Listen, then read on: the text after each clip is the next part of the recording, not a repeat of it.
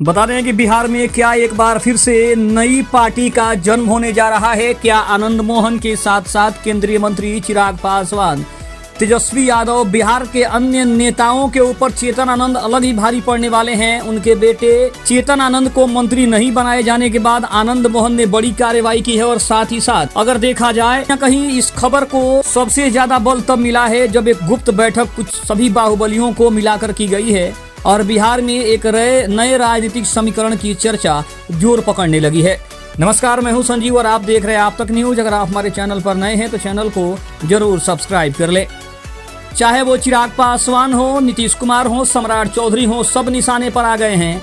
आनंद मोहन ने एक ऐसी चाल चली है कि चारों खाने बड़े बड़े दिग्गज चित होते हुए दिखाई दे रहे हैं। बाहुबली नेता आनंद मोहन की नई राजनीतिक रणनीति के बारे में साफ तौर पे बड़ी खबर है। देखा जाए तो आनंद मोहन अपनी एक नई पार्टी बनाने की तैयारी कर रहे हैं। सूत्रों के हवाले से ये बड़ी खबर आ रही है। अब इसमें नाराजगी का कारण बताया जा रहा है कि आनंद मोहन सरकार और सम्राट चौधरी के मंत्रिमंडल विस्तार से बेहद खफा हैं।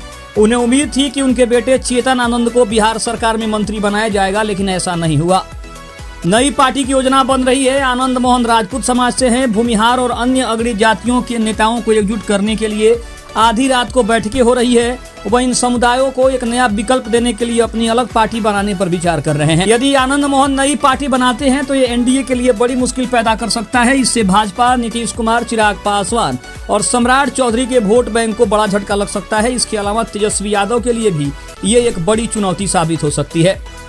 इससे पहले जब नीतीश सरकार संकट में थी तब चेतन आनंद ने पाला बदलकर एनडीए का साथ दिया था, जिसके बाद आनंद मोहन को बेटे के मंत्री बनने की बड़ी उम्मीद थी।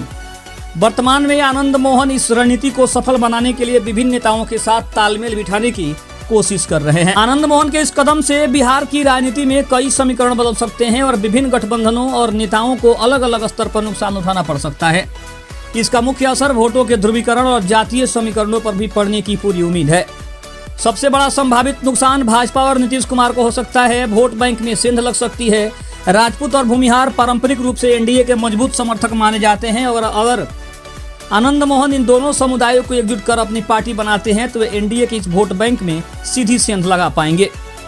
बिहार की करीब 25 से 30 सीटों पर भूमिहार और राजपूत मतदाता निर्णायक भूमिका निभाते हैं। वोटों के बंटने से एनडीए के उम्मीदवारों की जीत मुश्किल हो सकती है।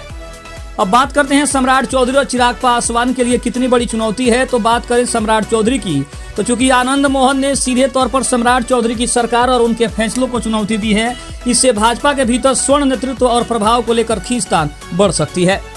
वहीं बात करें केंद्रीय मंत्री चिराग पासवान की, तो चिराग पासवान भी युवाओं में एक बड़े वर्ग के बीच काफी लोकप्रिय हैं और आनंद मोहन के मैदान में उतरने से वोटों का बिखराव होगा, जिससे चिराग के प्रभाव वाले क्षेत्रों में भी वोटों की कटौती हो सकती है। अब बात करते हैं विपक्षी नेता तेजस्वी यादव की, तो वोट बैंक में बड़ा सेंध लगने की है। खबरों के अनुसार आनंद मोहन की नई रणनीति से यादव वोटों के भी कुछ हद तक टूटने की आशंका जताई जा रही है। यदि आनंद मोहन एक स्वतंत्र तीसरे मोर्चे जैसी स्थिति पैदा करते हैं तो वे उन सीटों पर खेल बिगाड़ सकते हैं जहां महागठबंधन को स्वर्ण वोटों की थोड़ी भी उम्मीद रहती है। बिहार की राजनीति लंबे समय से ओबीसी और दलित राजनीति के इर्द गिर्द घूम रही है। आनंद मोहन के इस प्रयास से स्वर्ण राजनीति फिर से केंद्र में आ सकती है, जिससे मौजूदा स्थापित नेताओं का कद जो है वो कम हो सकता है। आनंद मोहन का मुख्य उद्देश्य अपने बेटे चेतन आनंद के राजनीतिक भविष्य को सुरक्षित करना है। उनकी नई पार्टी अन्य बड़े दलों के लिए वोट कटवा की भूमिका निभा सकती है, जिससे जीत हार का अंतर बहुत कम हो जाएगा और बड़े नेताओं को अपनी रणनीतियां दोबारा बदलनी पड़ सकती है।